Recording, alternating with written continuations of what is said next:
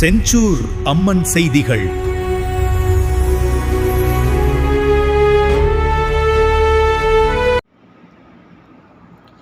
திருவள்ளூரில் இளைஞர்களிடம் விற்பனை செய்வதற்காக போதை மாத்திரைகளை வைத்திருந்த 2 பேர் கைது.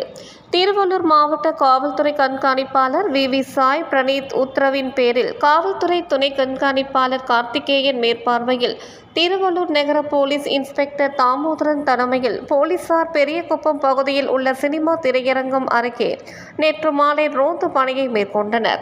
அப்போது சந்தேகத்தின் பேரில் நின்று கொண்டிருந்த 2 பேரை பிடித்து விசாரணை மேற்கொண்டனர்.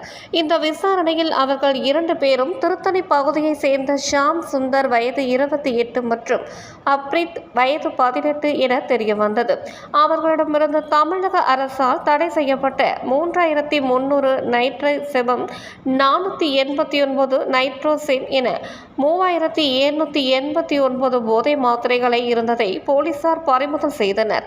இதனைத் தொடர்ந்து போலீசார் 2 பேரையும் கைது செய்து அவர்கள் மீது வழக்கு பதிவு செய்து திருவள்ளூர் கோர்ட்டில் ஆஜர்படுத்தி சிறையில் அடைத்தனர்.